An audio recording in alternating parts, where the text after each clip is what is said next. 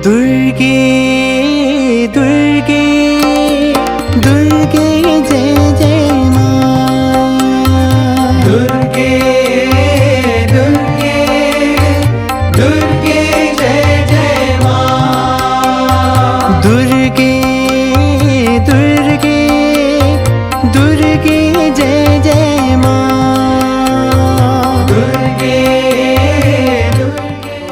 महाकाय सूर्यकोटि समप्रभा निर्विघ्नं कुरु मे देव सर्वकार्येषु सर्वदा।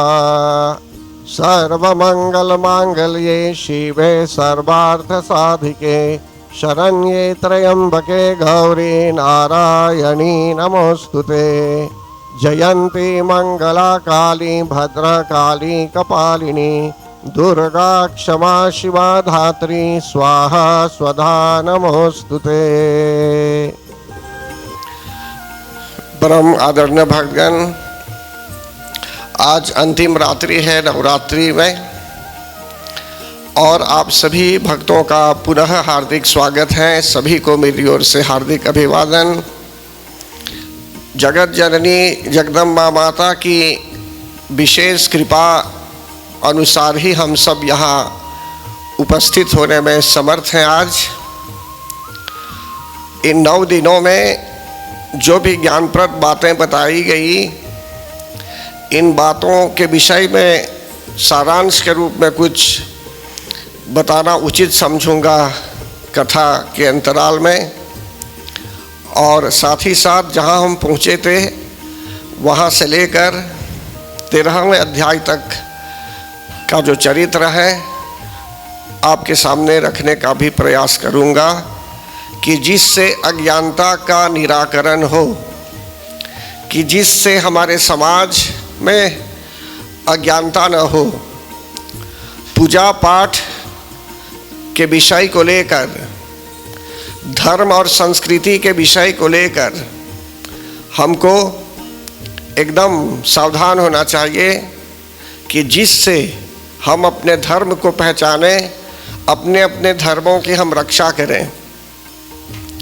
तो परम आदरणीय भक्तगण, हम पहुँचे थे जहाँ देवताओं ने फिर से स्तुति की, जगत जननी जगदम्बा माता की स्तुति की। 11वें अध्याय में शुम्भ और निशुम्भ नामक राक्षस अथवा राक्षसों के मरने के बाद सभी देवता लोग प्रसन्न जब हो गए भक्तगण, तब वे स्तुति करते हैं। वे कहते हैं, देव्याहते तत्र महासुरेंद्रे।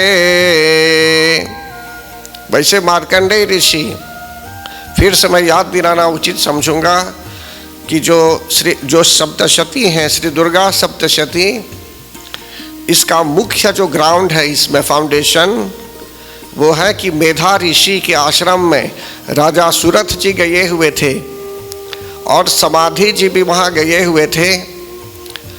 अज्ञानता के कारण वे लोग दुख और जंजाल में फंसे हुए थे।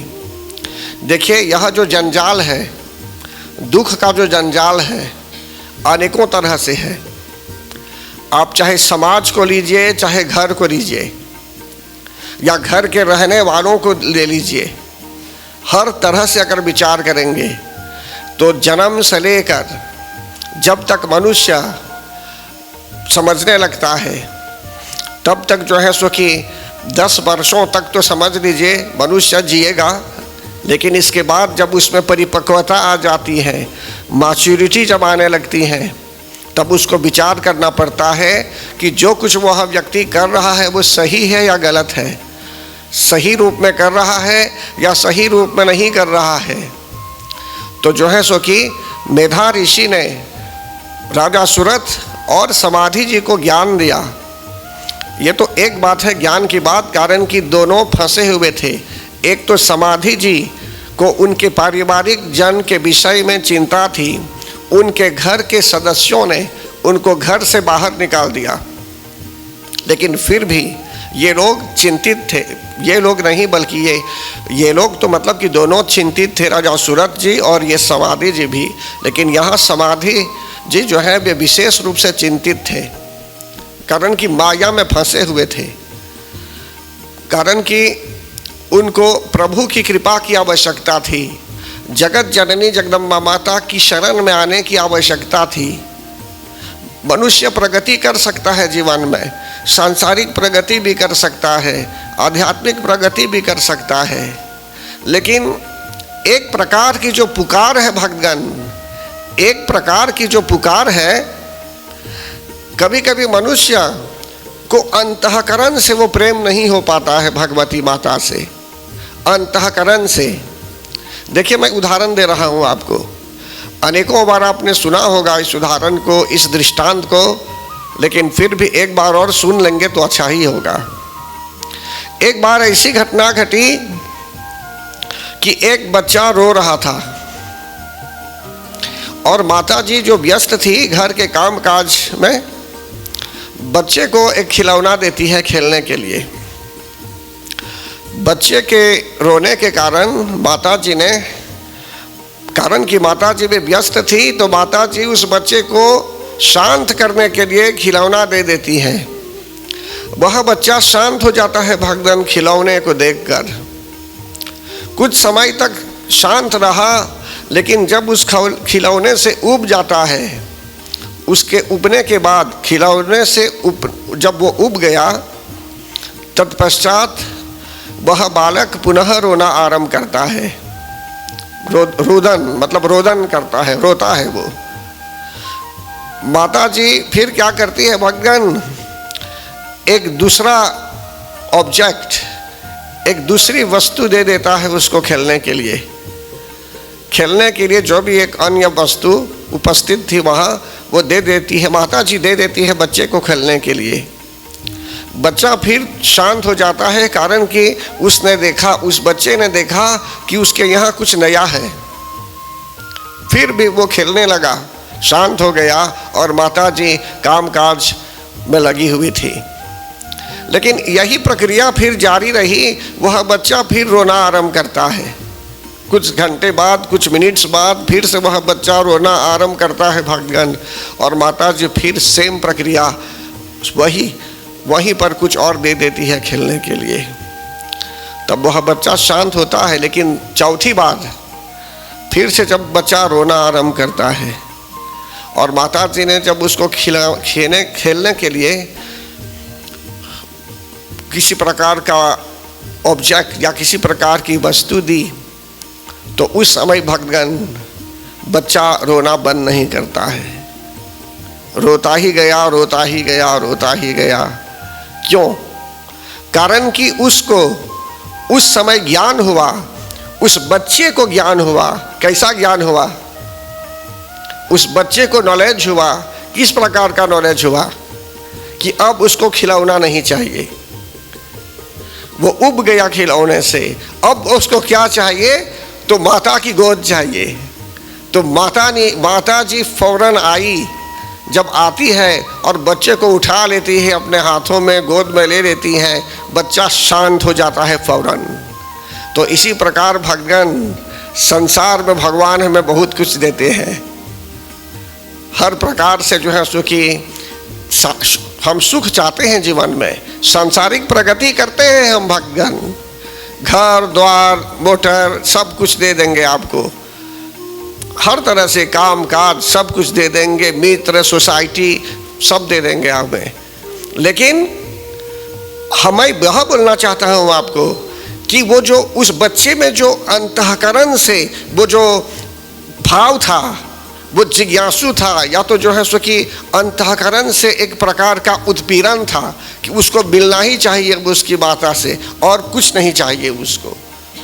तो यही बात है भक्तगण कि भक्त लोग धीरे धीरे धीरे धीरे धीरे प्रगति करते रहते हैं, लेकिन जब संत महात्माओं का दर्शन होता है, जब सही मार्गदर्शन मिलता है, अच्छे लोगों से मिलन होता है और सही ज्ञान की बात जब होती है, तब मनुष्य में ज्ञान उत्पन्न होता है और ज्ञान के होने पर, नॉलेज के होने पर प्रकाश होने लगता है, दिव्य प्रकाश होने लगता है। और दिव्य प्रकाश के साथ साथ मनुष्य में एनलाइटनमेंट हो जाता है, मनुष्य एनलाइटन सोल हो जाता, उसके अंदर जो सोल है, जो आत्मा है, जो प्राण है, वह आत्मा एनलाइटेंड हो जाती है, प्रकाशित हो जाती है और आध्यात्मिक ज्ञान होने लगता है मनुष्य के जीवन में। तो हम किसी भी क्षेत्र में रहेंगे भक्तगण, देखिए पूर्व काल में राजा दशरथ जी जिस समय में थे, जिस समय राजा जनक जी थे, उस समय क्या होता था, राजा लोग अपने आश्रम में, अपने महल में, जैसे राजा दशरथ जी के यहाँ गुरु वशिष्ठ जी थे, गुरु वशिष्ठ जी सलाह लेने के लिए भी, हर तरह से गुरु आज्ञा पालन करने के लिए भी। और देखिए धर्म जो है, सनातन धर्म जो होता है वो विशाल होता है, बहुत बड़ा है ये सनातन धर्म, इटर्नल धर्म है ये। और इसमें क्या है कि इसमें रिलीजियस फील्ड जो होता है, गुरु आदि जो होते हैं, इनका बड़ा अच्छा स्थान होना चाहिए समाज में। और इनके यहाँ हर तरह के जो है सो कि हर प्रकार से आप विचार भी ले सकते हैं। लेकिन दुर्भाग्यवश अगर परिस्थिति अनुसार विचार करेंगे तो कहीं कहीं ऐसा भी होता है कि किसी किसी देश में ये गुरुजन जो होते हैं, इस प्रकार की व्यवस्था नहीं होती है। लेकिन जहाँ गुरु वशिष्ठ जी की तरह और राजा जनक के यहाँ भी जो गुरु जी थे, तब जाकर जो है सो कि धीरे धीरे भक्तों में ज्ञान भी होने लगता है। कारण कि देखिए राजा दशरथ जी के यहाँ जब संतान भी नहीं थी, पर्सनल मैटर के लिए वे गए हुए थे अपने गुरु वशिष्ठ जी के यहाँ, और वहाँ जाकर गुरु जी के चरणों को पकड़कर प्रार्थना करने लगे, उनकी चिंता के विषय में बताने लगे, दुख सुख सुनाने लगे। तब जाकर गुरु जी ने सही उपदेश दिया उनको कि आप बिल्कुल चिंता मत कीजिए, आपके यहाँ भी संतान की प्राप्ति अवश्य होने वाली है। तो परम आदरणीय भक्तगण, यहाँ मैं यह कहना चाहता हूँ आपको कि मेधा ऋषि गुरु जी थे, उन्होंने समाधि जी को ज्ञान दिया और राजा दशरथ को भी ज्ञान दिया। तो इस प्रकार जो ज्ञान मिलता है, तो उनमें अब क्या होता है, 13वें अध्याय में हम देखेंगे अभी कि जो भी शिक्षा गुरु जी ने दी वहाँ प्रथम अध्याय से लेकर मतलब कि लास्ट तक, इन दोनों में ज्ञान उपज आया, ज्ञान प्रकाश होने लगा। अब इनमें छटपटाहट होने लगती है प्रभु की पहचान के लिए, शक्ति की आराधना करने के लिए, पूजा पाठ करने के लिए।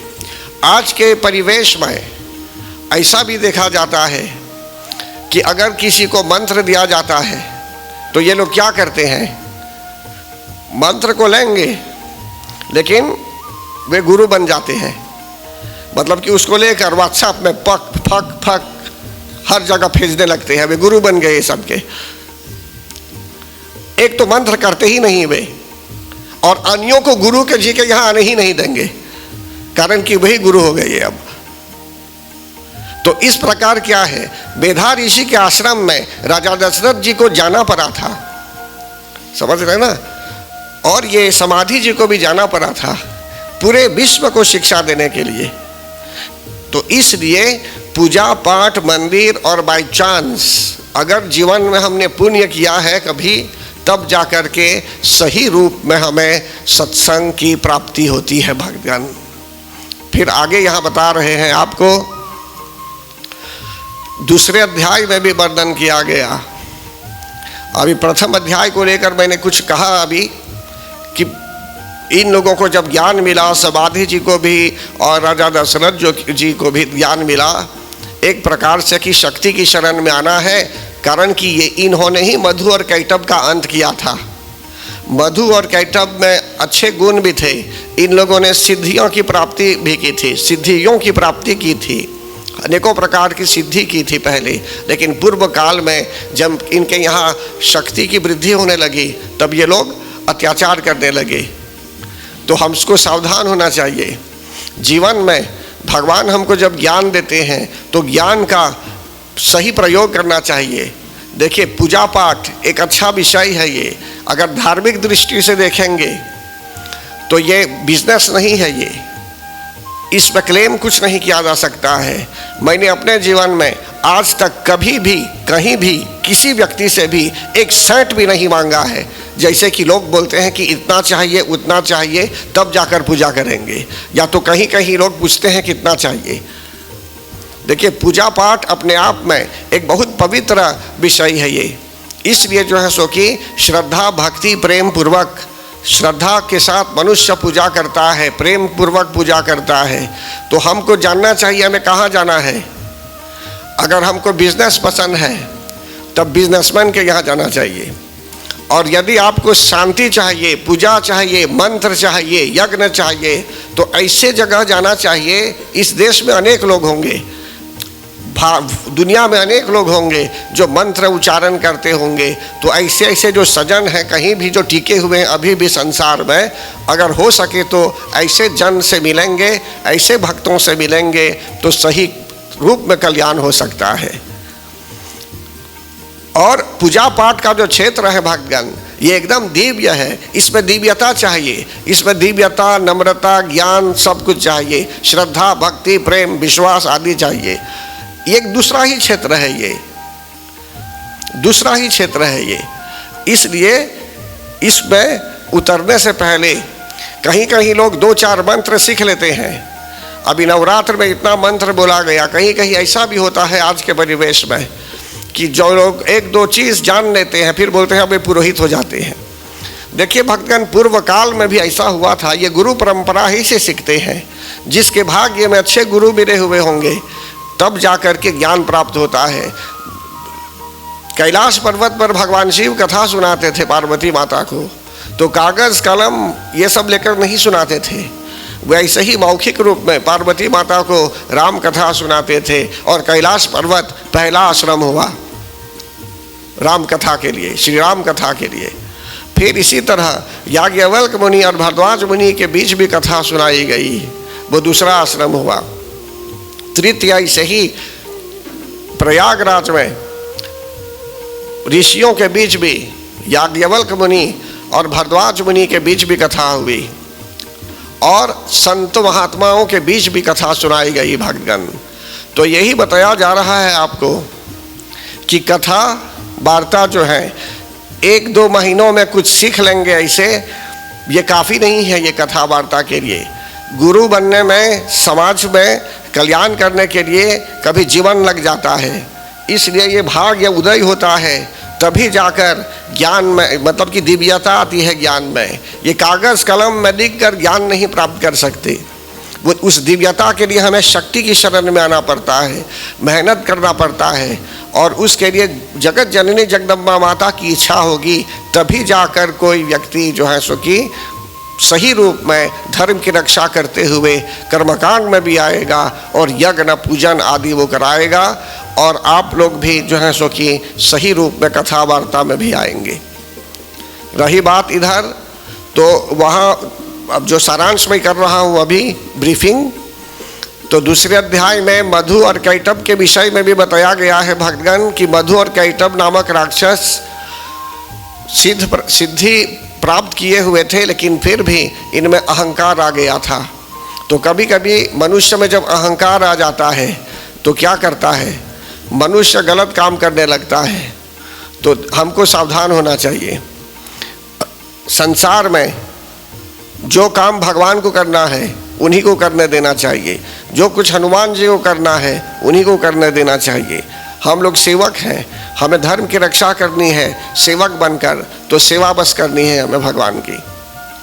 रही बात उधर तीसरे अध्याय के विषय में, लेकिन दूसरे अध्याय ही में अगर विचार करेंगे, प्रथम अध्याय में ही यदि विचार करेंगे तो ब्रह्मा जी ने स्तुति की थी जगत जननी जगदम्बा माता की।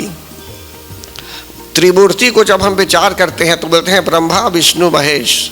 भगवान ने अपने आप को त्रिमूर्ति के रूप में, ब्रह्मा विष्णु महेश के रूप में लाया था। पहले संसार की रचना करने के लिए वे ब्रह्मा जी के रूप में आए और धरती और संसार पूरे विश्व की रक्षा करने के लिए, पालन पोषण के लिए, प्रिजर्व करने के लिए वे भगवान वही परमात्मा विष्णु के रूप में भी आए और वही परमात्मा रुद्र के रूप में आए संहार करने के लिए भी।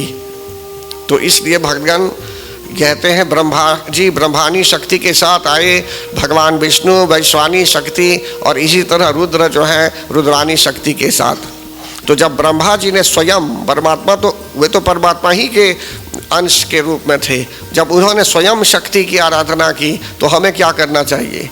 हम सबको चाहिए, आप किसी भी क्षेत्र में जाना चाहते हैं, देश में सेवा करना चाहते हैं, कोई भी पद संभालना चाहते हैं आप, तो जनता का भी सोचिए, जनता जनार्दन का कल्याण हो।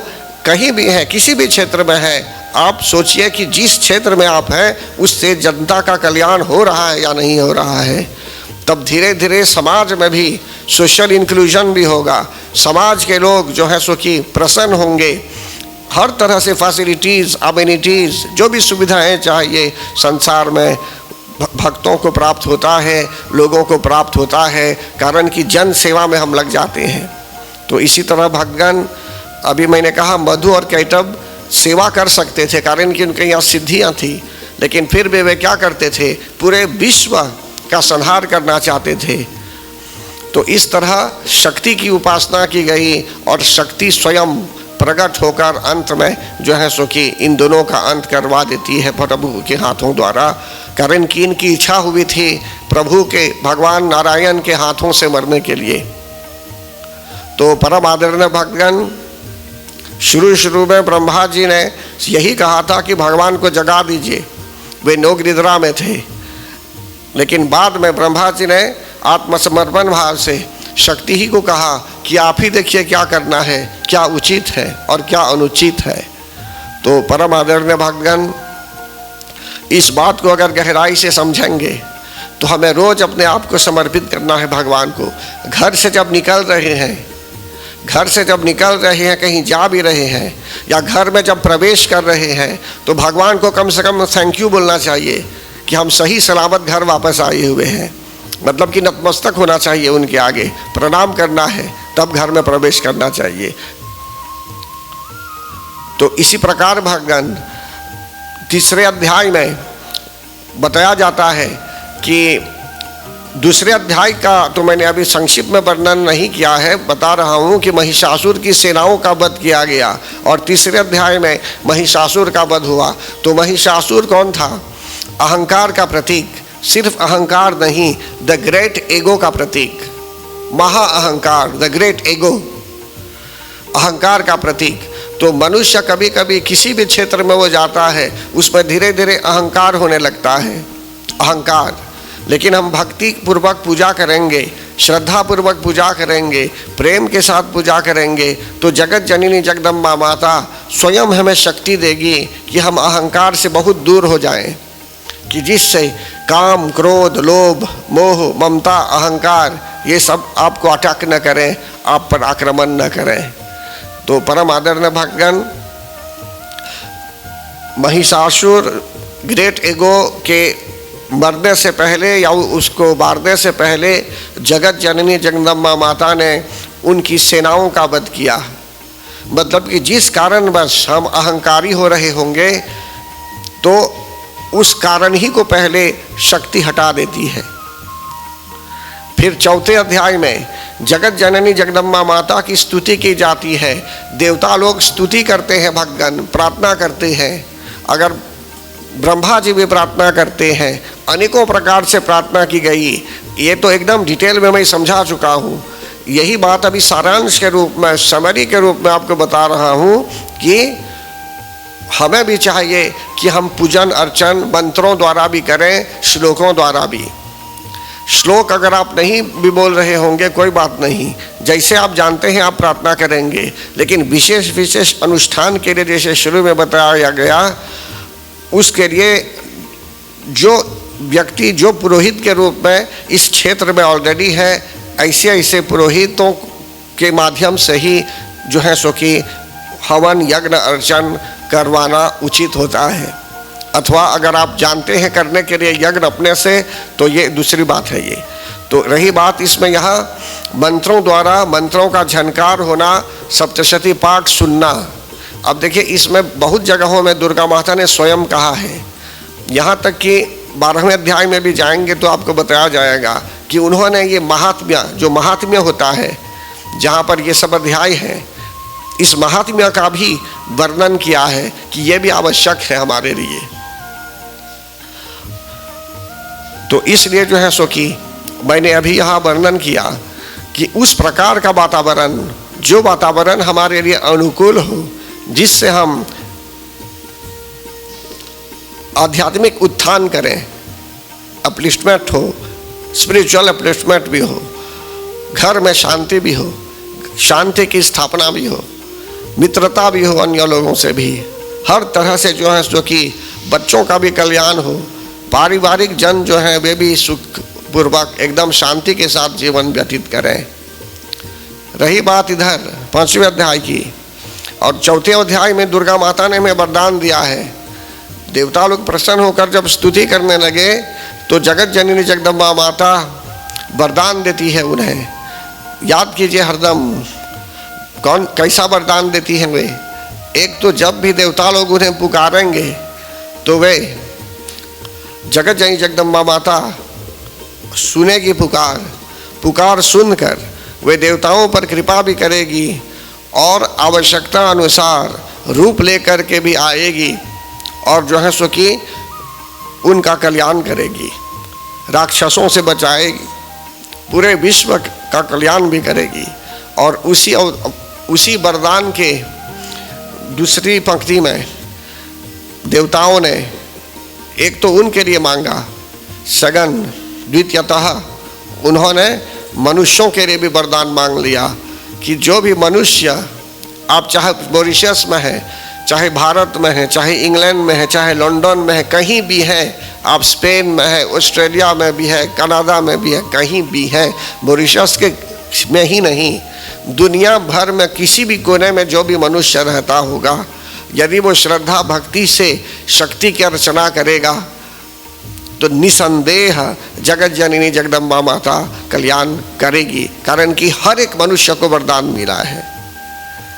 लेकिन जिसको गुरु के माध्यम से, जैसे मेधा ऋषि ने ज्ञान दिया राजा सूरत को और समाधि जी को, तो इसी प्रकार हर एक क्षेत्र में जहाँ जहाँ जो जैसे अच्छे गुरु मिल जाते होंगे, उनके माध्यम से भी जब ज्ञान मिल जाता है, वास्तविक ज्ञान जब मिलता है, तब जाकर मनुष्य जाग जाता है। समझते हैं ना? तो श्रद्धा भक्ति प्रेम मंत्र पूजन ये सब जरूरी है, नहीं तो मनुष्य जो उसकी जो प्रणाली है, जो सिस्टम है, अगर सही प्रणाली को नहीं अपनाएंगे तो गलत सिस्टम में चले जाएंगे और बोलेंगे पूजा हो गई, बोलेंगे पूजा हो गई, फिनिश्ड हो गई पूजा। तो पूजा पाठ ये एक क्षेत्र प्यू है, ये एकदम ये डिवाइन मेथड है, ये हमें डिवाइन क्षेत्र में आना चाहिए। रही बात इधर जो है सो कि देवताओं को वरदान मिला, मनुष्यों को भी वरदान मिला भक्तगण, इसीलिए नवरात्र में भक्त लोग कलश स्थापन करते हैं अपने यहाँ, कुछ आरती करते हैं, पान फूल आदि अर्पण करते हैं, सोचते हैं कि इस तरह जैसे दुर्गा माता ने कहा, उन्होंने जो वरदान दिया तो उनका वाक्य कभी मिथ्या नहीं होता। जगत जननी जगदम्बा माता ने जब कह दिया कि जो पुकारेगा उन्हें श्रद्धा भक्ति प्रेम पूर्वक, जहाँ पाठ भी होगा, जहाँ स्तुति भी की जाएगी, उनकी अर्चना की जाएगी, तो समझ लीजिए वहाँ वे लक्ष्मी के रूप में वास करती है। उन्होंने स्वयं कह दिया है उनके ही शब्दों में। तो इन सब को आधार मानते हुए उनके ही वचनों के बलबूते पर हमको विश्वास होना चाहिए कि जो उन्होंने बताया वो सही है और सही रूप में हमें कुछ करना चाहिए। देखिए कहीं कहीं आप विचार करेंगे, मनुष्य 2 घंटे तक या 2 घंटों तक कभी तैयारी में लग जाता है। आपके यहाँ यदि एक जगत जननी जगदम्बा माता की मूर्ति भी है, आप श्रद्धा से पूजा कर रहे हैं प्रतिदिन, तो ठीक है, आप उसमें विश्वास रखते हुए पूजा कर सकते हैं। कलश आदि जब स्थापन करते हैं तो उसमें नारियल को ऐसे ही रखना पड़ता है। एक कलश और एक नारियल कितना बड़ा है ये? लगभग कितने फीट का है बताइए? 12 इंच लगभग, मान लिया जाए 2 फीट। ओके, तो मनुष्य कहीं कहीं, सभी लोग नहीं, कहीं कहीं ऐसा होता है सजाने में मनुष्य समय लगा देता है, डेकोरेशन करने में। कलश और ये जो नारियल टोटल अगर लेंगे हाइट तो लेस देन 2 फीट है, लेकिन कहीं कहीं लोग बोलते हैं कि वे सजाना नहीं जानते हैं, अन्य लोग आएंगे सजाने सब करने। तो एक बच्चे का जब जन्म होता है तो मेरे ख्याल से 2 फीट से कम ही है। तो एक बच्चे को अगर एक लड़की है वो तो एक साड़ी पहना सकते हैं पूरा 5 फीट, 5 साड़ी कितने मीटर की होती है? 5 मीटर्स की साड़ी पहना सकते हैं। एक छोटा ही कपड़ा देंगे पहनने के लिए उसके आकार के आधार पर। इसी तरह जो है सो कि जगत जननी जगदम्बा माता की मूर्ति छोटी भी होती है, बड़ी भी होती है। हनुमान जी की मूर्ति छोटी भी होती है, बड़ी भी होती है। अगर देखेंगे परितालाब में तो 6 फीट की हनुमान जी है, 6 फीट की मूर्ति है, लगभग 6 फीट। और यहाँ छोटी मूर्ति हनुमान जी की देखेंगे तो वो एकदम 2 फीट से कम है। तो किस लॉजिक को यूज करेंगे? 1 घंटा लेने के लिए, धोती पहनाने के लिए लगभग 5 मीटर की एक छोटी मूर्ति में। अब उसमें भी परिवार लोग झगड़ेंगे आपस में कि इसने अच्छी तरह नहीं किया, उसको अच्छी तरह से होना चाहिए। अच्छा, अब ध्यान दीजिए, एक बच्चा है, अगर आप चाहेंगे तो उसको एक गिफ्ट दे सकते हैं, चाहे कीमती गिफ्ट भी दे सकते हैं। तो अगर भगवान हनुमान जी तो मच्छर के रूप में भी हो गए थे, ये मूषक के रूप में भी हो गए थे, लंका जब जा रहे थे तो सुरसा के मुख में जाकर फिर निकल भी आए। तो मूर्ति यदि छोटी भी है भक्तगण, उसके आधार पर कपड़ा पहनाएंगे तो साउंड होता है अच्छा। और धोती एक 5 मीटर की देना चाहेंगे हनुमान जी को तो कोई बात नहीं, उनके सामने रख दीजिए, अर्पण हो जाएगा। समझते ना? दुर्गा माता को आप साड़ी अर्पण करना चाहते हैं या अन्य लोग साड़ी अर्पण करना चाहते हैं, एक ही दिन में 10 लोग ला चुके साड़ी, अच्छा मानना जाए, एक ही तो साड़ी पहनेगी या 10 के 10 पहना देंगे? कहने का भाव है सामने रख देंगे तो अर्पण हो गया, लेकिन मूर्ति जितनी उसका आकार जैसा है उसी आकार के अनुसार कुछ पहनाना पड़ता है। तो कहीं कहीं मनुष्य जो है सो कि बहुत समय लगा देता है डेकोरेशन करने में, सजाने में, सब कुछ करने में। तो मतलब कि उसका जो बाहरी पहलू है, बाहरी एस्पेक्ट है, इस पर ध्यान ज़्यादा मनुष्य देता होगा। लेकिन फिर भी ऐसा उसने सीखा होगा देखते देखते समाज में। लेकिन मैं लॉजिक अनुसार बता रहा हूँ आपको कि जो महादेव मूर्ति है, मंगल महादेव, उनको 50 सेंटीमीटर का कपड़ा पहना सकते हैं? उसमें नहीं, उसमें बड़ा कपड़ा चाहिए। और जो दुर्गा माता है परितालाब में खूब ऊंची, उनमें तो ऑलरेडी वस्त्र है। कहने का भाव है ये सब जो मूर्तियां होती हैं सब में वस्त्र है अंदर ऑलरेडी, लेकिन हम लोग श्रद्धा के साथ अर्पण करते हैं। इसी प्रकार जब जगत जननी जगदम्बा माता प्रकट हुई थी भक्तगण, तो दिव्य वस्त्रों के साथ प्रकट हुई थी। कैसे प्रकट हुई थी? दिव्य वस्त्रों के साथ, दिव्य आभूषणों के साथ, दिव्य माला के साथ। कोई भी देवता बिन वस्त्र के नहीं है, सब में दिव्य वस्त्र है, लेकिन हम अपनी श्रद्धा से उन्हें वस्त्र अर्पण करते हैं। समझ रहे हैं ना क्या बता रहा हूं? 1000 लोग आएंगे, 1000 साड़ी अर्पण करेंगे, तो जिसने अर्पण किया फिर वापस कर दीजिए उसको। जो कपड़ा लाया है अर्पण करने के लिए, आप भगवती माता को अर्पण करके लौटा दीजिए। क्यों? प्रसाद हो गया उसके लिए, वो पहनेगा। मतलब कि धोती है हनुमान जी के लिए तो वो व्यक्ति पहनेगा, और सारी महिलाओं के लिए तो महिला पहनेगी। समझते हैं ना? इसीलिए यहां पर भी जब श्रद्धा, बोलिए प्रेम से भगवती माता की जय।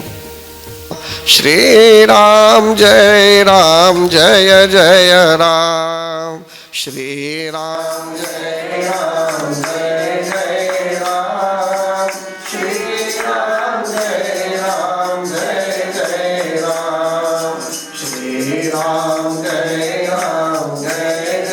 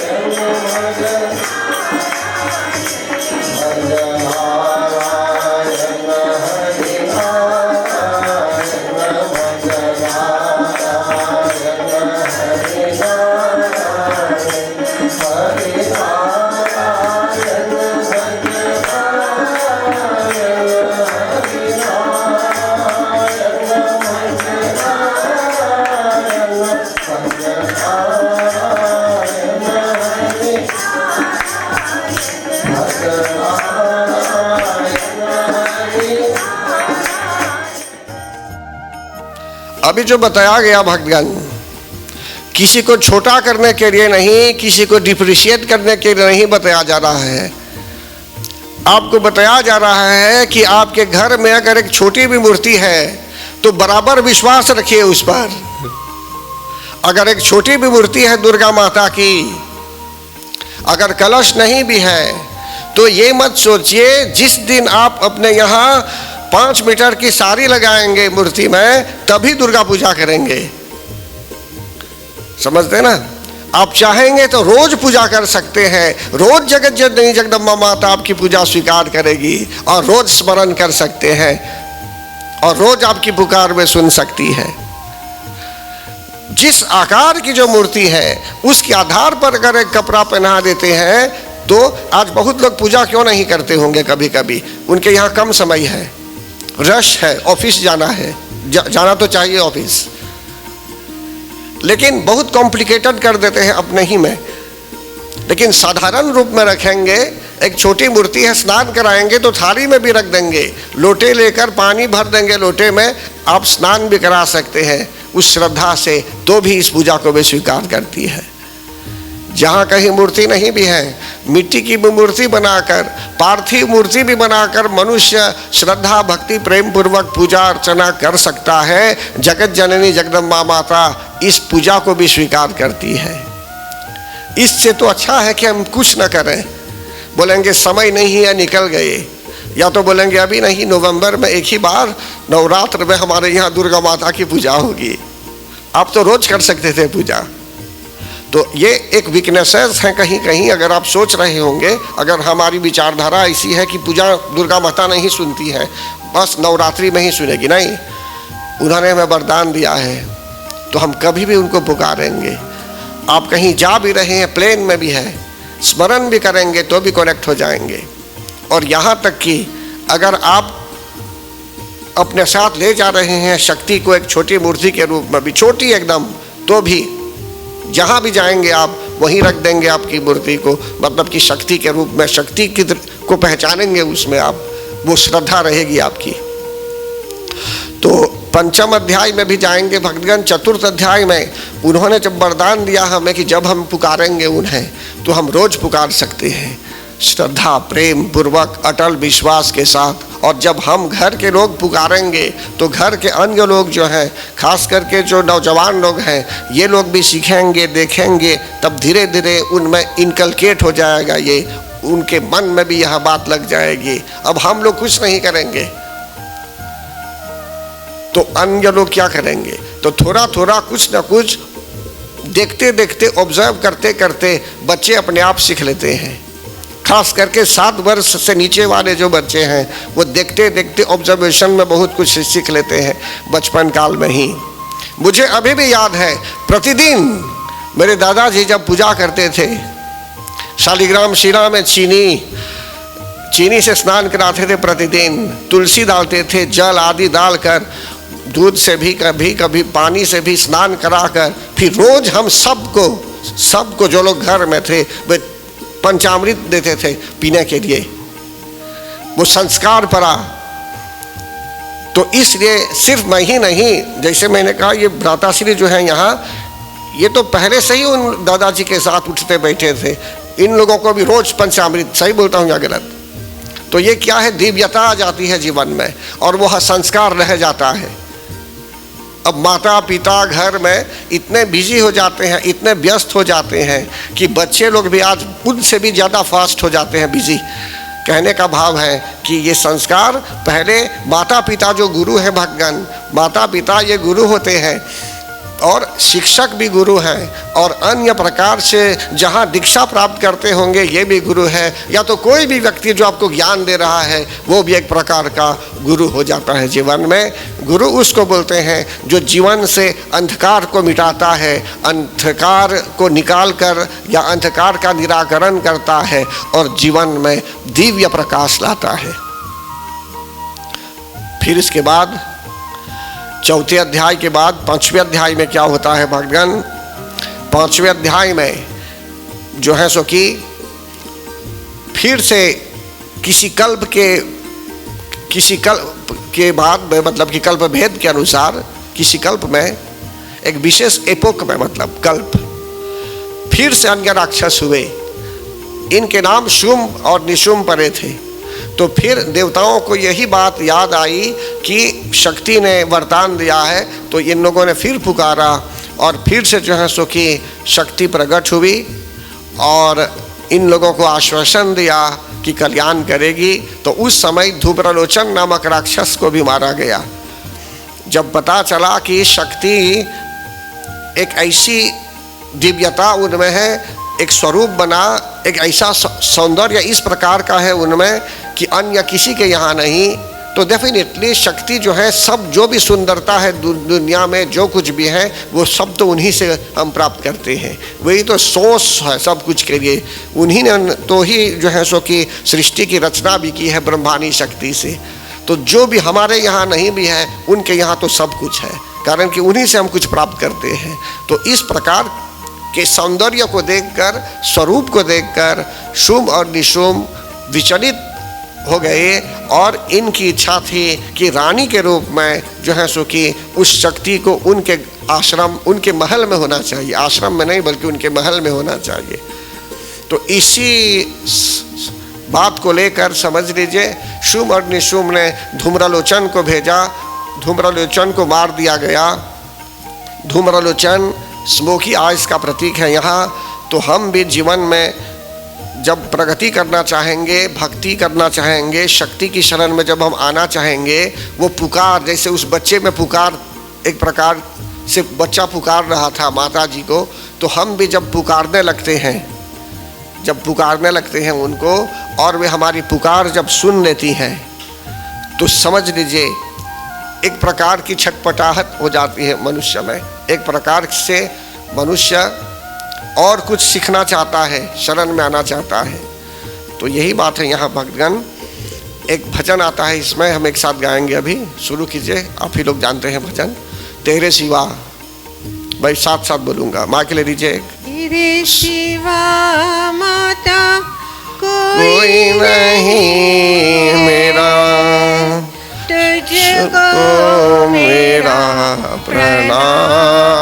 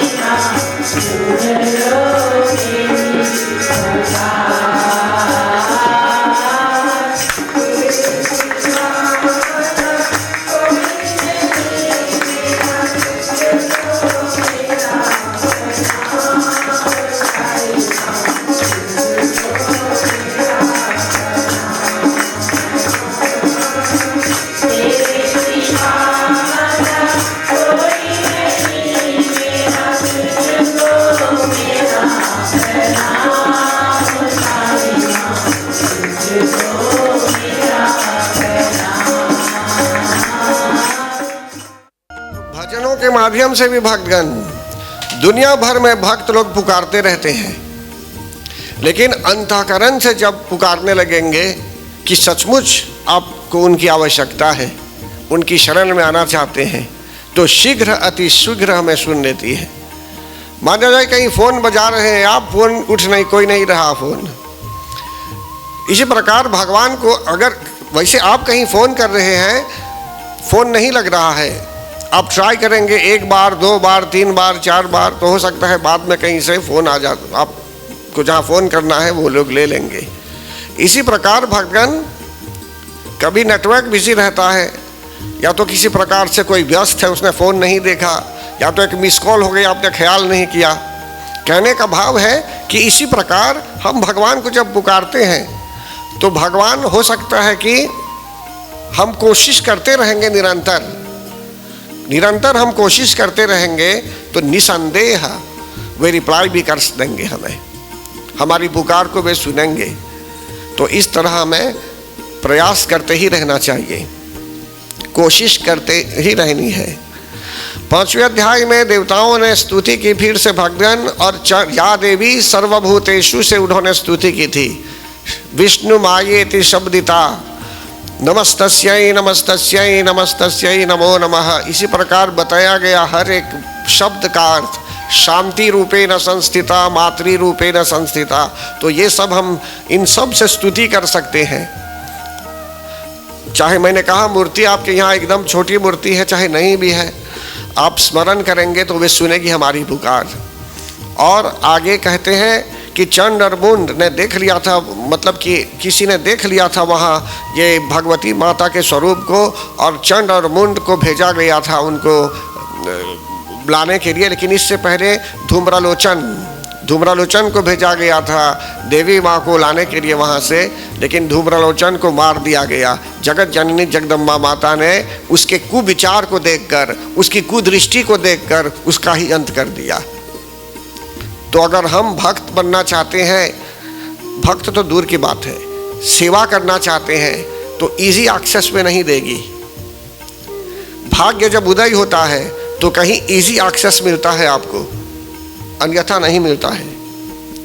भगवती माता वेरीफाई करती है, हमें वेरीफाई करती है, तब वे आपको उनके सानिध्य में ले सकती है। इसी प्रकार जो है सो कि धूम्रलोचन को जब चेक किया तो देखा धूम्रलोचन का भाव ठीक नहीं, उसकी दृष्टि ठीक नहीं, वो देवी को पकड़ कर ले जाने वाला है शुम निशुम के यहाँ, और वो भी उसको कहा गया था घसीट कर ले जाने के लिए। अगर वो नहीं जाना चाहेगी तो उसका विचार ठीक नहीं था, उसकी विचारधारा ठीक नहीं थी। तो हम भक्त बनना चाहेंगे, सेवक बनना चाहते हैं, तो हम में सेवक के गुण की आवश्यकता होती है। तो इसलिए हमको थोड़ा सावधान हो जाना चाहिए जीवन में भक्तगण, ताकि उनकी दृष्टि में हम अच्छे इंसान हैं। अच्छाई जो है धीरे धीरे बढ़ती जाती है। अगर किसी प्रकार से कुविचार भी है तो समझ लीजिए वे सब दूर कर देती है उनकी कृपा अनुसार। फिर आगे क्या बोलते हैं, जैसे चाय जब बनाते हैं पीने के लिए तो चाय पत्तियों को तो डालते हैं, लेकिन फिर क्या करते हैं, उसको निकाल देते हैं। चाय पत्ती को तो नहीं पीते हैं, धीरे धीरे छान कर सब निकाल देते हैं, लेकिन उसमें दूध और चीनी जो है उसको लेकर खा जाते हैं बाद में भी। तो कहने का भाव ये है भगवान कि जगत जननी जगदम्बा माता देखती हैं हमको, परखती हैं, देखती हैं कौन सा दुर्गुण कहाँ पर है, तो हमें अवसर देती है सीखने के लिए, समझने के लिए। जैसे उस माता जी ने उस बच्चे को खेलने के लिए छोड़ दिया था, राइट। तो अगर हम फंस जाते हैं एक मटेरियल ही साइड में कहीं फंस गए, तो वे हमको बोलेगी कि यह तो अभी इंटरेस्टेड नहीं है मेरे यहाँ आने के लिए। शरणागत दीनार्थ परित्राण परायणे सर्वस्यार्थी हरे देवी नारायणी नमोस्तुते। अभी वो शरण में नहीं आना चाहता है, लेकिन जिस दिन हम डिसाइड करेंगे कि सचमुच हम उनकी शरण में मंत्र बोलना चाहेंगे, रहना चाहेंगे, तो सब इजी कर देती है वे। गलत बोलता हूँ तो बताइए। तो फिर यहाँ कहते हैं उस बच्चे की भांति मनुष्य में एक प्रकार से छटपटाहट देख पाएंगे आप। तो इसी प्रकार भगवान छठे अध्याय में धूम्रलोचन के वध का अर्थ यहाँ यह है कि स्मोकी आइज, अगर हमारी कुदृष्टि है तो हमारे इस नेत्र को भी वह ठीक कर देती है कि जिससे हम भक्तों की आंखें चाहिए, वो देखने की जो आंखें हैं, वो जो देखिए, जो एक पक्षी है वो दूर से देख लेता है, ईगल है, वो बोलते हैं ईगल आई, वो दूर से देख लेता है किसी नदी में एक पक्षी, एक जो है सो कि एक मछली को, तो आकर फटाक से उसको पकड़ के ही चला जाता है, समझते हैं ना। तो दुर्गा माता हमें देखती हैं वे। अगर आप तैयार हो गए हैं सेवा भाव के लिए तो कहीं भी रहेंगे आप, वहीं से आपको पकड़ कर ले चली, मतलब कि आपको उनके सेक्शन में डाल देगी। तो इस प्रकार अगर सोचेंगे तो अच्छा ही है। तो रही बात इधर, अभी मैं जो सारांश कर रहा हूँ भगवान, पंचम अध्याय के बाद जितने गुण है पंचम अध्याय में जो वर्णन है, लज्जा, शांति, मातृ, ये सब जरूरी है हमारे लिए। तो धीरे धीरे सब गुण हम में आने लगते हैं। आप कोशिश करेंगे अपने से तो कुछ अच्छा हो सकता है, लेकिन फिर भी क्षमा भाव आदि ये सब जो है उन्हीं की कृपा से ये हम प्राप्त करते हैं। तो जो है सो कि ये जब कृपा करते हैं जगजननी जगदम्बा माता, तो देखते हैं जीवन में और शांति होने लगती है। अब मध्वा ऋषि बता रहे हैं कि ये सब गुण आवश्यक है जीवन में। छठे अध्याय में धूम्रलोचन का वध हो गया, हमारी आंखें पवित्र हुई, दृष्टि पवित्र हुई, तब विचारधारा भी पवित्र हो जाएगी, आइडियोलॉजी पे पवित्र हो जाएगी। जो हम सोच रहे थे पहले, जब ज्ञान प्राप्त कर लेते हैं तो हमारे समझने का भाव बदल जाता है, देखने का, समझने का, अंडरस्टैंडिंग की जो विशेषता है, मतलब कि अच्छी समझ भी होने लगेगी, अच्छी तरह से हम समझने लगेंगे किसी विषय को। सातवें अध्याय में चंड और मुंड का वध होता है। तो इसका क्या प्रतीक है? The slaying of anger and passion. मनुष्य में क्रोध अपने आप में एक शत्रु है भक्तगण। अगर हम क्रोध को पोसेंगे, क्रोध को जानते हैं क्या है क्रोध? क्रोध अपने आप में एक आग है। हम रोज जलते हैं। अगर जो व्यक्ति क्रोध करता है, एक तो जलता है क्रोध में और अन्यों को भी जलाता है, उपद्रव करता है। तो चाहे हम जवान हैं चाहे वृद्ध हैं, और वृद्ध हो जाएंगे और क्रोलिया यदि आपके अंदर है तो अंगार फेंकेंगे, आग फेंकेंगे, घर में, समाज में, सर्वत्र। सिचुएशन, परिस्थिति और बिगड़ सकती है क्रोध के कारण। तो कहने का भाव यहाँ यह है भगवान, समाधि जी तो वन में थे, घर में क्या समस्या हुई होगी, कितना क्रोध कर रहे हुए थे, कितना अच्छा कर रहे थे, ये वही जानेंगे। लेकिन कहने का भाव है कि धीरे धीरे क्या होता है, चंड और मुंड के वध से हमें यह शिक्षा मिलती है कि दुर्गा माता हमारे क्रोध को दूर कर देती है। देखिए हमारे शरीर के अंदर अग्नि है या नहीं? 5 तत्वों में एक अग्नि तत्व है। तो अगर देख रहे हैं कुछ अच्छा नहीं हुआ तो हो सकता है कि क्रोध हो भी जाएगा, लेकिन उसको बहुत दिनों तक टिकना भी नहीं चाहिए, उसको शांत कर देना होगा क्रोध को। कारण कि क्रोध से क्या होता है, बुद्धि भ्रष्ट हो जाती है, और बुद्धि भ्रष्ट होने के बाद मनुष्य बहुत चीज़ों को बिगाड़ देता है।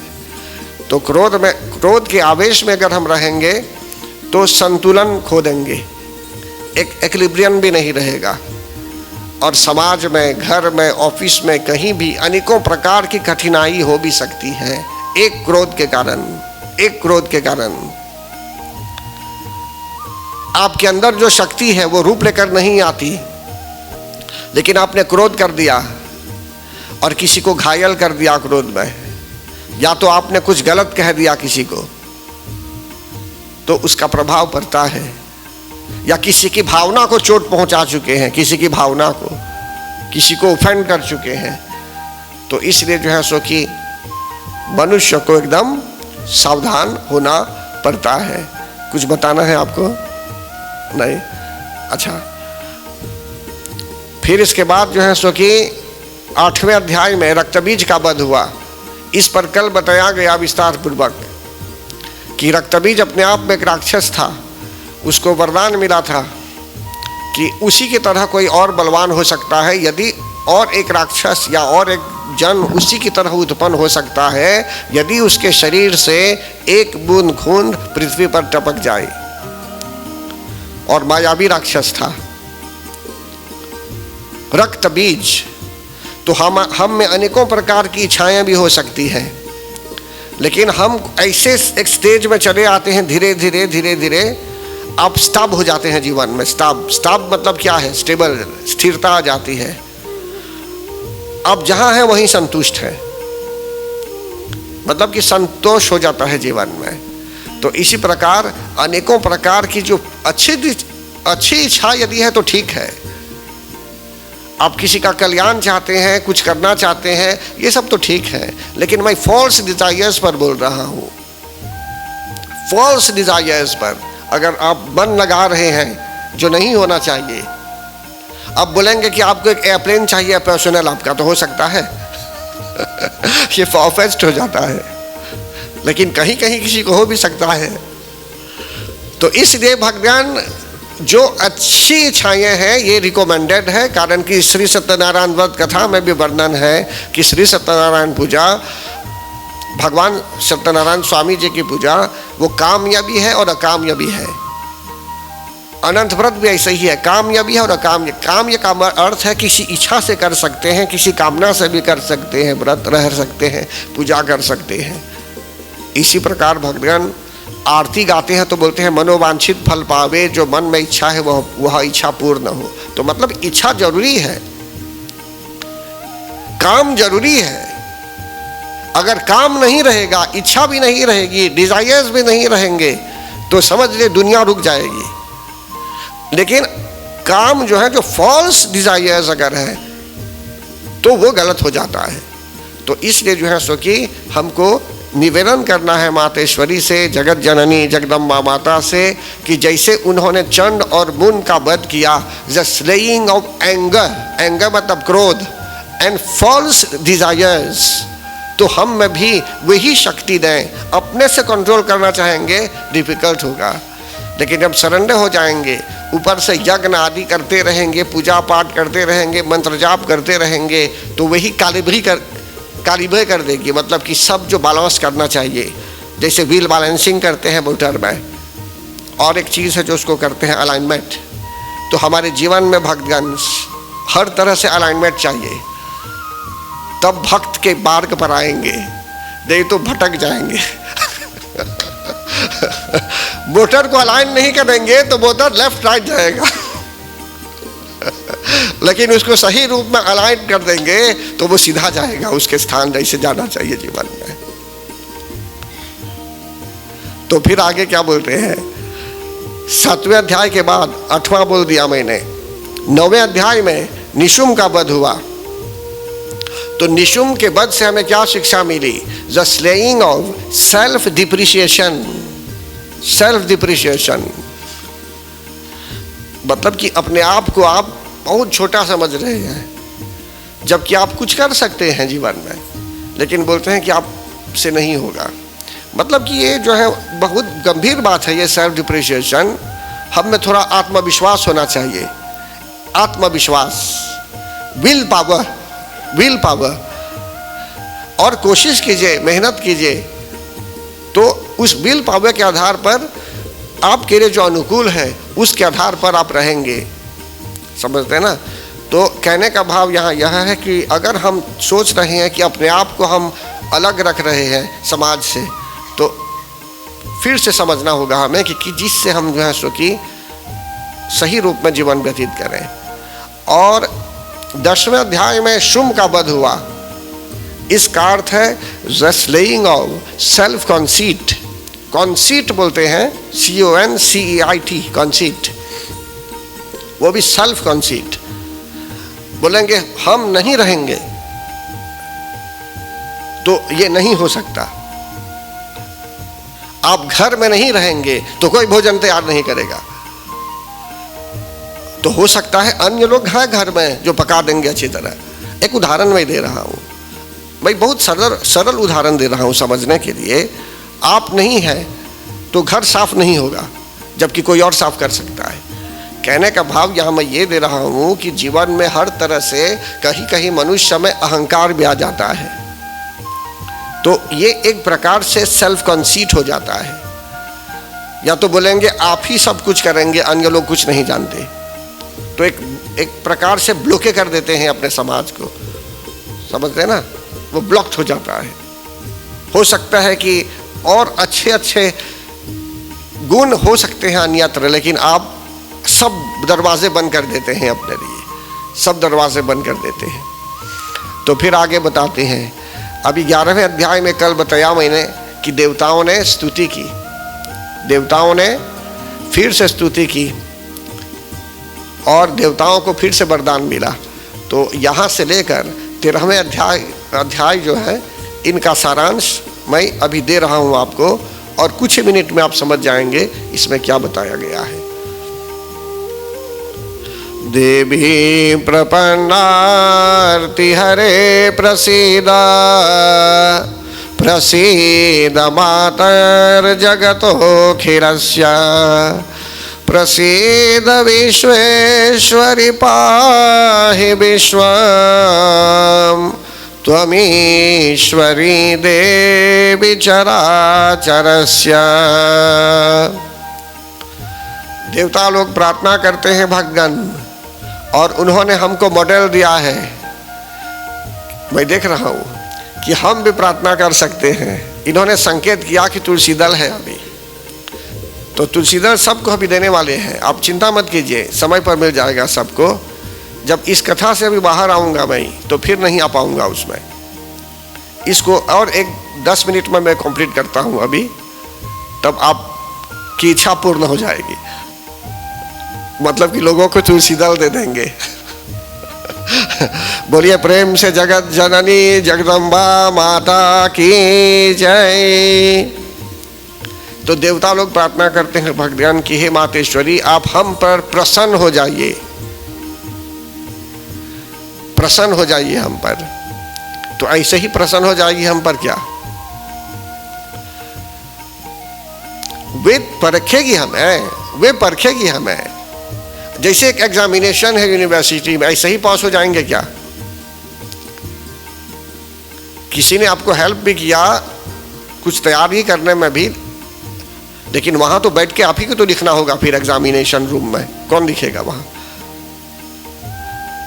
असाइनमेंट के लिए कहीं से भी आपको हेल्प मिल जाता है, कंप्यूटर से भी, इंटरनेट से भी सर्च करेंगे, कुछ हो गया, आज तो ऐसा ही होता है। लेकिन जिस दिन एग्जामिनेशन रूम में गए हैं तो उसके मार्क्स कैसे मिलेंगे आपको? तो उस सब्जेक्ट को समझना चाहिए। इसी प्रकार भगवान जगत जननी जगदम्बा माता कब हम पर प्रसन्न होगी, कब हमें मार्क्स देगी? जब वे देखेगी कि हम सदाचारी हैं, सही मार्ग पर हैं, बुद्धि अच्छी है, भ्रष्ट नहीं है, तब धीरे धीरे और हेल्प करेगी हमें। और हम निकलना चाहते हैं इस दलदल से। अगर क्रोध में भी है, अगर बुद्धि भ्रष्ट भी है, तो हम अपने आप को सरेंडर कर रहे हैं पार्वती की, हे मातेश्वरी आप कृपा कीजिए, मेरे अवगुणों को दूर कीजिए, विषय विकार मिटाओ, जो भी विषय वासना है, जो भी है, हमको हमसे दूर कीजिए। हम साधारण बनना चाहते हैं, हम आपकी शरण में ही रहना चाहते हैं, उस बच्चे की भांति जो उदाहरण में दिया गया। तो और केस इजी हो जाता है। तो फिर आगे कहते हैं, यहाँ उदाहरण दे दिया गया था कल, लेकिन अभी फिर समझा रहा हूं, कारण कि 5-6 श्लोकों को मैंने समझाया था। त्वं वैष्णवी शक्तिरनंत वीर्या विश्वस्य बीजं परमासि माया सम्मोहितं देवी समस्तमेतत् त्वं वै प्रसन्ना भुवि मुक्ति हेतुः। हे जगत जननी जगदम्बा माता, आप वैष्णवी शक्ति हैं, आप वैष्णवी शक्ति और विष्णु माया भी हैं, आप परा माया भी हैं, आप परा शक्ति भी हैं। आपने पूरे जगत को मोहित कर दिया है। देखिए, अगर सभी दुनिया के लोग एक ही दिन में गॉड रियलाइजेशन कर देंगे तो पूरी दुनिया में सभी लोग भक्त हो जाएंगे, तब पाप नहीं रहेगा, तब दुनिया नहीं चलेगी, तब दुनिया नहीं चलेगी। कारण कि समाज में पाप भी है और पुण्य भी है, दुख भी है और सुख भी है, पाप भी है, पुण्य भी है, दिन भी है और रात भी है, साधु भी है और असाधु भी है, सुजाति भी है और कुजाति भी है। इसी बात की पुष्टि गोस्वामी तुलसीदास जी महाराज कहते हैं। एक सुंदर चौपाई है उनके लिए। वे कहते हैं, दुख सुख पाप पुण्य दिन राति,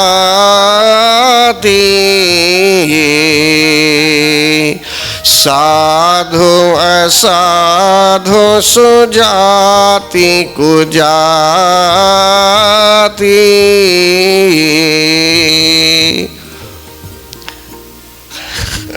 कि संसार में दुख भी है, सुख भी है, पाप है, पुण्य है, दिन है, रात है, सब कुछ है। समझते हैं ना? लेकिन इसी संसार में हमें रहना है। इसी संसार में रहते हुए हमको उनका सेवक भी बनना है। इसीलिए वे कहते हैं, उन्होंने संसार को मोहित कर दिया है, उसमें से निकलना उन्हीं की कृपा चाहिए। अब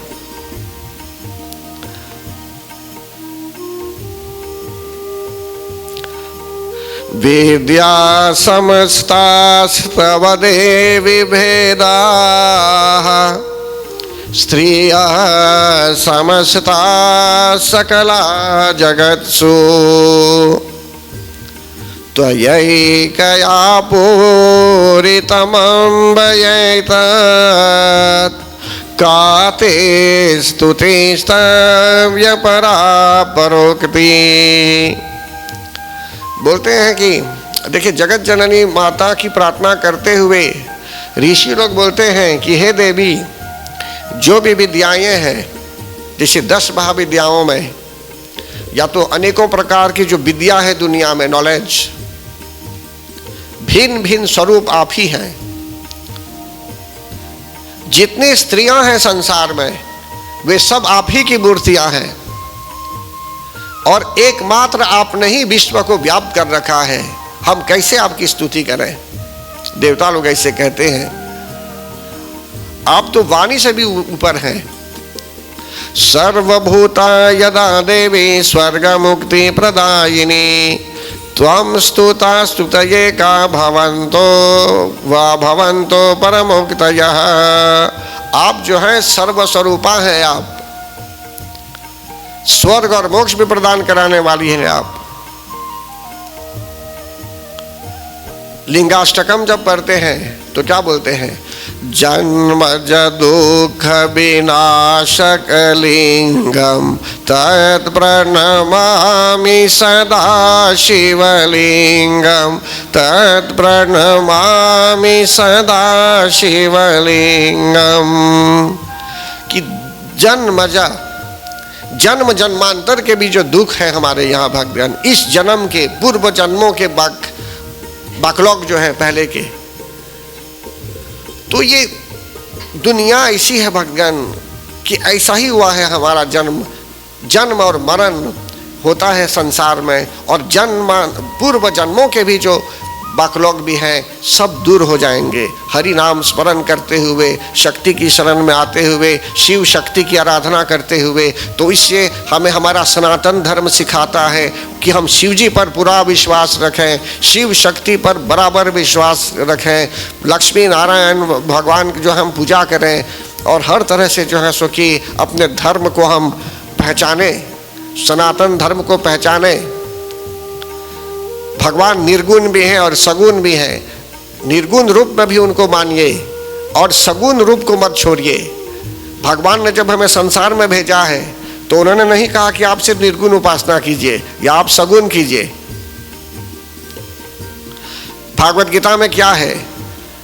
श्रीमद् भागवत गीता में कितने अनेकों योग है, उसमें भक्ति योग भी है, कर्म योग भी है, ज्ञान योग भी है और राजयोग भी है। तो हमको क्या करना है? देखिए, भगवान ने जब हमारे लिए बनाया है, भगवत गीता दी है हमें, तो उसमें सब है। तो इसी प्रकार एक मोटर में आप जा रहे हैं या आपने एक मोटर खरीदा है, उसमें 4 दरवाजे हैं, आपको क्या करना चाहिए? आप अकेले ड्राइव करते हैं, 3 उधर के दरवाज़ों को लॉक कर देना चाहिए हरदम के लिए क्या? आप एक ही दरवाज़ा यूज़ करेंगे, तो बाकी के दरवाजे क्या करेंगे? तो इसी प्रकार से हमको कर्मयोगी भी बनना है, राजयोगी भी बनना है, भक्ति योग पर भी आना है। अब आप बोलेंगे नहीं, मैं सिर्फ ध्यान करूंगा, मैं निर्गुण ब्रह्म को जानता हूँ, बाकी का नहीं जानता, भक्ति योग को नहीं जानता, डिवोशनल सर्विस को नहीं जानता, ट्रांसेंडेंटल सर्विस को नहीं जानता। आप न पुराण पढ़ना चाहेंगे, न गीता पढ़ना चाहेंगे या सुनना चाहेंगे या वक्तव्य सुनना चाहेंगे, रामायण भी नहीं सुनेंगे। रामायण तो हमारे एक जैम है, ये एक पेल है ये। तो हमें यह शिक्षा मिल रही है भगवान कि भक्ति पथ पर भाई आना है हमें, और धीरे धीरे जगत जननी जगदम्बे माता हमें बुद्धि भी प्रदान करती है। सर्वस्य बुद्धि रूपेण जनस्य हृदय संस्थिते स्वर्ग अपवर्गदे देवी नारायणी नमोस्तुते। कि स्वर्ग अपवर्ग जो भी चाहिए आपको, जो वे देखती है कि हमारे लिए अनुकूल है, समय पर हमें प्रदान भी करा देती है। सर्वमंगल मांगल्ये शिवे सर्वार्थ साधिके शरण्ये त्र्यंबके गौरी नारायणी नमोस्तुते। हर तरह से मंगल प्रदान कराने वाली है भगवान। और ये सब जो मैं समझा चुका था आपको, लेकिन फिर भी अभी सवरी के रूप में कह रहा हूँ। जो पहले दिन ही बताया गया था 7 श्लोकों के विषय में, उसमें अनेकों श्लोक आते हैं, जैसे कि रोगान शेषान पहन से तुष्ठा रुष्ठा तु कामान सकलान अभिष्ठान त्वामाश्रिता नाम न विपन्नरानाम त्वामाश्रिता याश्रयताम प्रयांति। तो रोग आदि उनके प्रसन्न होने पर सब दूर हो जाते हैं भगवान, लेकिन हम उन्हें क्रोधित न करें, कारण कि वे क्रोध में आ जाएगी तो उनका प्रकोप पड़ सकता है हम पर। इसलिए हमें सावधान होना चाहिए जीवन में। और लक्ष्मी, महाविद्या, अविद्या सब वही दे सकती हैं, अंधकार भी दे सकती हैं, प्रकाश भी दे सकती हैं, सब प्रकार की शक्ति उनमें है। देवी प्रसीद परिपालनाय, मतलब कि आप प्रसन्न हो जाइए और आगे चल के भी हमें बचाते रहिए शत्रुओं से भी। जैसे आपने अन्य राक्षसों को मार दिया, तो हम भी प्रार्थना कर सकते हैं कि हे मातेश्वरी हमारी रक्षा कीजिए और शत्रुओं का भी अंत कीजिए। प्रणतानां प्रसिद्धत्वं देवे विश्वार्तिहारिणी त्रैलोक्यवासिनामीड्ये लोकानां वरदा भव। आप विश्व की पीड़ा दूर कीजिए, पूरे संसार की रक्षा कीजिए, और हम आपकी जो शरण में हैं तो हमारा कल्याण भी कीजिए। आप हम पर प्रसन्न होइए। और आप तो तीनों लोगों की ईश्वरी हैं, धरती आकाश पाताल सब की ईश्वरी हैं। आप जो है सो कि सब लोगों को वरदान दीजिए। तब देवी कहती हैं, वरदाहम सुरगना वरम जन्मन से छत ताम्रेणोध्वं प्रयच्छामि जगतमोपकारकम। जगत जननी जगदम्बा माता फिर से कहती है यहाँ की हृदय उतागन, मैं अब वरदान देना चाहती हूँ आपको। आप कौन सा वरदान देना चाहते हैं? आप मांगिए। कोई उपकारक जिससे सबका कल्याण भी हो, ऐसा वरदान मांगिए। तब देवता लोग बोलते हैं, सर्वा बाधा प्रशमनम, ये जो हम हवन में बोलते हैं, सर्वा बाधा प्रशमनम त्रैलोक्यस्य अखिलेश्वरी एवमेव त्वया कार्य समद्वैरी विनाशनम।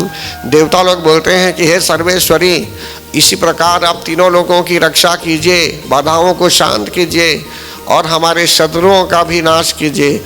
नाश करती रहिए, मतलब कि जब जब हो ऐसा लगे काम, क्रोध, लोभ, मोह, ममता आदि जो शत्रु के रूप में है, या किसी प्रकार से कोई षड्यंत्र भी रच रहा होगा, तो हर तरह से आप हमें इन शत्रुओं से बचाइए।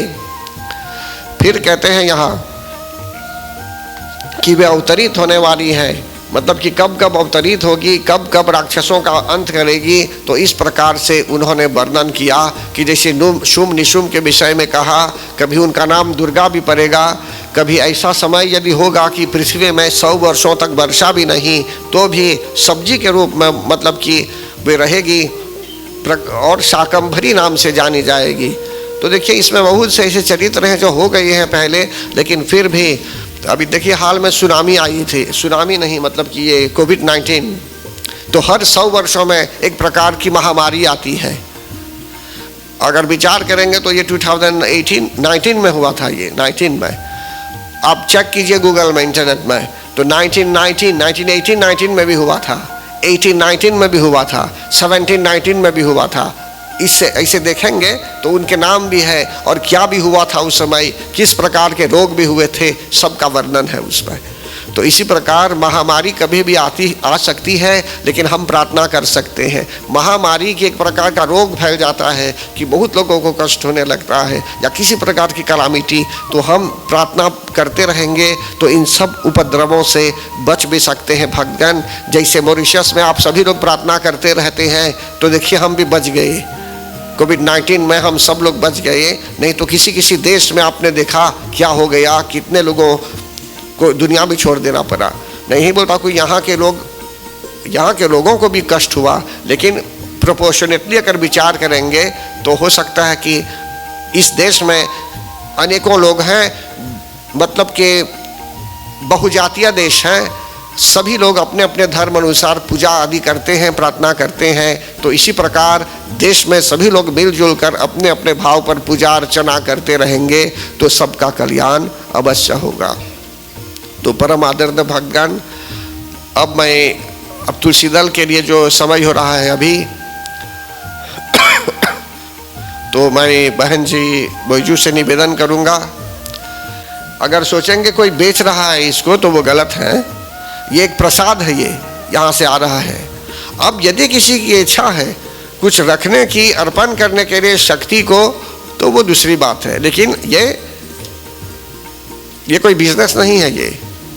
ओके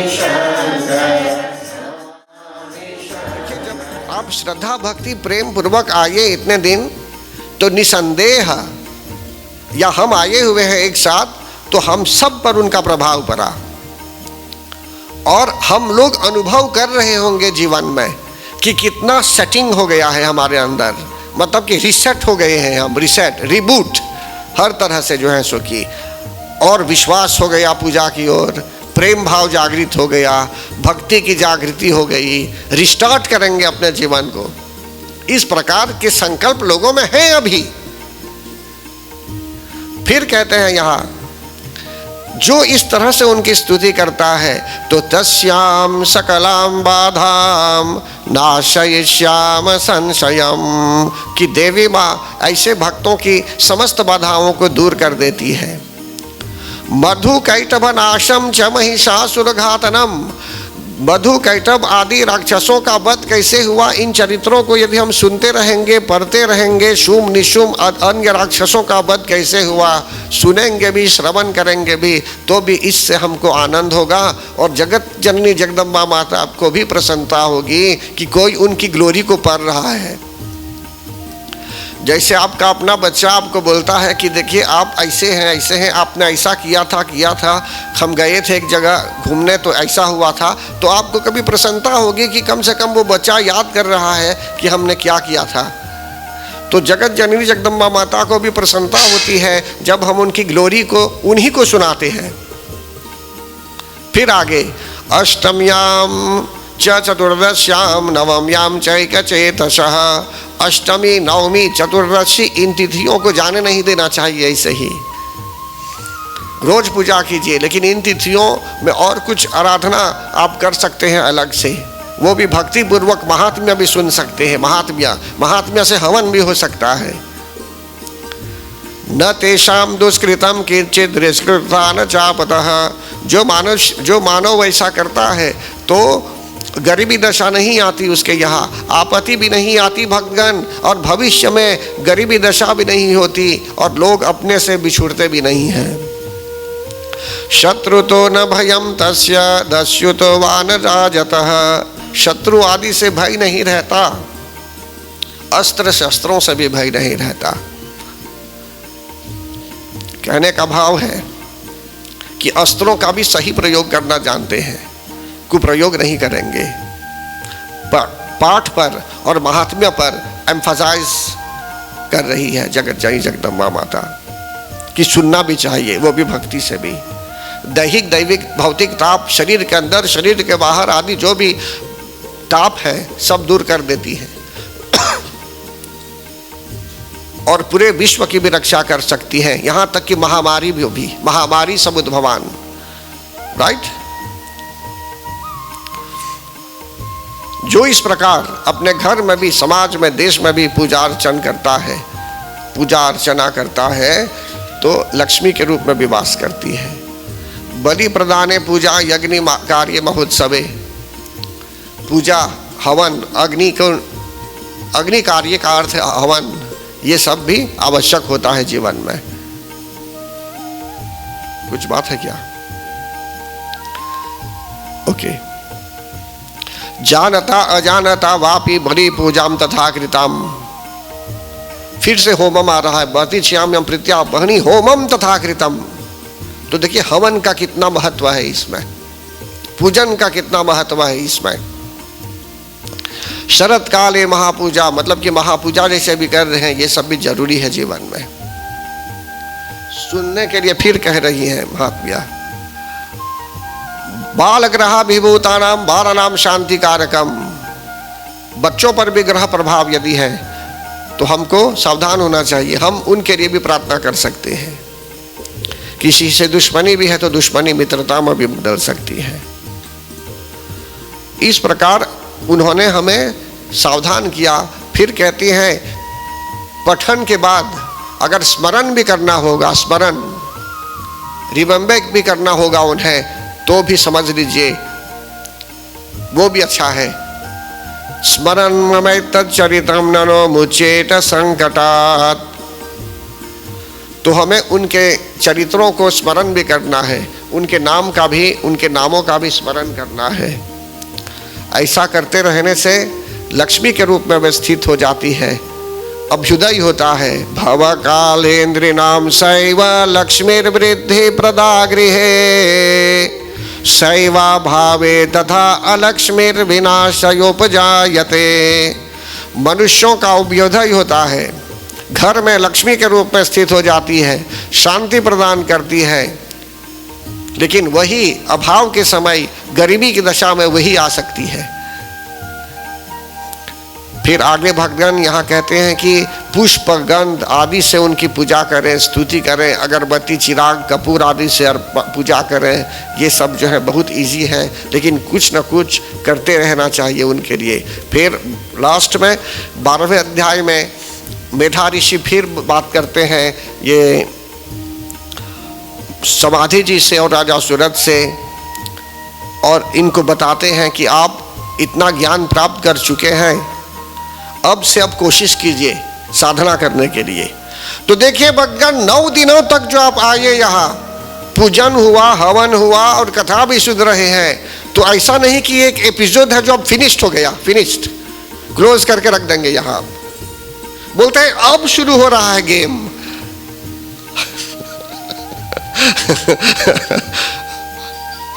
राजा सूरत को मेधा ऋषि बोलते हैं इतना ज्ञान प्राप्त कर चुके हैं, लेकिन अब आप साधना कीजिए, जो भी बताया गया है साधना कीजिए। तब क्या करते हैं ये दोनों, गंगा के तट पर बैठकर स्मरण करते हैं दुर्गा माता का, और उनको कुछ अर्पण भी करने की इच्छा हुई तो पार्थिव मूर्ति बनाकर, मिट्टी बालू आदि की मूर्ति बनाकर वहां पूजा करने लगे, श्री सूक्त का उच्चारण करने लगे। श्री सूक्त ओम हिरण्यवर्णाम हरिणीम सुवर्णम रजतस्रजाम चंद्राम हिरण्यम लक्ष्मीम जात वेदो मावह, ऐसे ऐसे 16 मंत्र है, इनका उच्चारण करते हुए, समझ लीजिए करवाते हुए भी उच्चारण, ये लोग स्तुति करने लगे श्रद्धा भक्ति प्रेम पूर्वक। देवी प्रकट हुई, प्रसन्न हो गए ये लोग। भगवती माता ने इनसे पूछा कि आपको क्या चाहिए, कैसा वरदान चाहिए। राजा सूरत ने कहा कि मैं फिर से राजा बनना चाहूँगा। ऐसी स्थिति हुई थी पूर्व काल में कि निकल गया, राजा से मुझे निकाल दिया गया था, राज्य पद से मैं निकल गया था अपने आप, लेकिन अब मैं फिर राजा बनना चाहूँगा। लेकिन समाधि जी से जब पूछा गया तो उन्होंने कहा कि मैं इस संसार ही को छोड़ना चाहूँगा, मतलब कि परम पद पाना चाहूँगा, मोक्ष धाम वैकुंठ, मतलब कि साल्वेशन हो। तो देखिए भगवान 2 प्रकार के लोग यही हो गए। कहीं कहीं भगवती माता की कृपा हम पाते हैं संसार ही में रहने के लिए, लेकिन समाधि जी से अगर उदाहरण लेंगे तो उनको ज्ञान हो गया था कि cycle of birth and death होता है संसार में, द ट्रांसमिग्रेशन ऑफ द सोल। जन्म मरण के चक्र में यदि हम फंसना चाहेंगे तो पता नहीं कब फिर मनुष्य शरीर प्राप्त करेंगे भगवान, कब कथा सुनेंगे फिर, और कब मंत्र जाप करेंगे, कब यज्ञ करेंगे, कब स्वाहाकार करेंगे। जब तक प्राण है अभी शरीर में, अभी हम यही कोशिश करें कि हमारा समय व्यतीत हो परमात्मा की सेवा करते रहने में भी। जनता जनार्दन के साथ उठें बैठें, घर की रक्षा करें, बच्चों की परवरिश करें, सब कुछ करें, लेकिन हम ज्ञान प्राप्त करें जो हमें प्राप्त करना चाहिए। जो ये स्पिरिचुअल मॉड्यूल जो है, ये पूजा पाठ का जो मॉड्यूल है, इसको भी अपने जीवन में उतार दें और प्रैक्टिकल लाइफ में लाएं, व्यवहारिक जीवन में लाएं, कि जिससे कल्याण हो, शांति भी हो और हमारा जीवन सफल हो जाए। तो परम आदरणीय भगवान श्री कृष्ण की पूजा जब हम करते हैं, भगवान नारायण की पूजा करते हैं, तो हम बोलते हैं एक छोटी सी प्रार्थना, वो हम लोग एक साथ अभी बोलेंगे। तुम्हारे हाथों में सब भार, तुम्हारे हाथों में है जीवन, तुम्हारे हाथों में और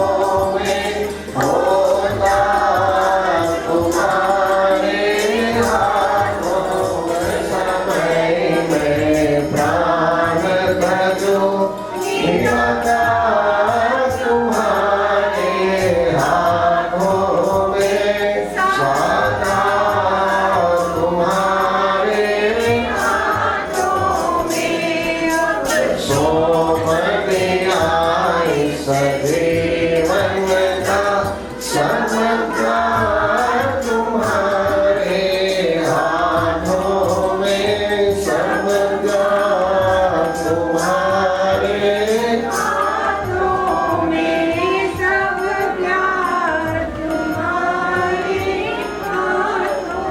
देखिए भगवान अभी आप ही गाएंगे। ये जो तुलसीधर अब यहाँ आया हुआ है, ये क्या है दरअसल में, ये क्या कर रहे हैं इससे? देखिए ये अपने आप जैसे दूध के लिए जोड़न होता है ना, रखेंगे जोड़न तो दूध में वो दही बनाने के लिए जोड़न रखते हैं ना। एक पौधा पौधे के रूप में ये धान जौ आदि रहे यहाँ, तो इनमें दिव्यता आ गई है, दिव्यता आ गई है। हवन भी हुआ, पूजन भी हुआ, कथा भी हुई। हम लोग तो नहीं थे यहाँ, चले गए थे दिन में, रात्रि में नहीं थे, लेकिन ये जो पौधा था यहाँ वो यही था, समझ गए ना। इसमें दिव्यता आ गई है, तो एक तरह से हमारे लिए ये बहुत उपकारक है कि इससे जो है सुखी हमारे घर में दिव्यता आ सकती है। यह विश्वास आपके अंदर होना चाहिए और इसको रखना है आपके पूजा रूम में या एक जगह सुरक्षित, कि जिससे ये दिव्य भाव जो है वो रहे आपके घर में, और आपको निसंदेह इससे बहुत प्रोत्साहन मिलेगा, हर तरह से एंथुसियास्ट होगा अपने वातावरण को शुद्ध करने के लिए भी और भक्ति पथ पर और आगे जाने के लिए। आप देश के राजा भी चाहे हो जाएंगे, जैसे राजा सूरत हुआ था, उसको भी शक्ति ही शरण में आना था। इसलिए हम कहीं भी रहेंगे दुनिया में, किसी भी पद में भी रहेंगे, कहीं भी हो जाएंगे, राजा भी हो जाएंगे, प्रजा भी हो जाएंगे, तो भी हमारा कर्तव्य बनता है कि हम शक्ति की शरण में रहें, शक्ति की उपासना करें। तो इसलिए भगवान ये प्रसाद समझिए जगत जननी जगदम्बा माता का, लेकिन ये प्रसाद खाने वाला नहीं, मतलब कि इसको रख भी सकते हैं सुरक्षित, और चावल आदि है तो समझ लीजिए इससे बरकत भी हो सकती है, आपके घर में बहुत प्रगति हो सकती है। वक्रतुंड महाकाय सूर्यकोटि समप्रभ निर्विघ्नं कुरु देव सर्वकार्येषु सर्वदा। सर्वमंगलमांगल्ये शिवे सर्वार्थसाधिके शरण्ये त्र्यंबके गौरी नारायणी नमोस्तुते।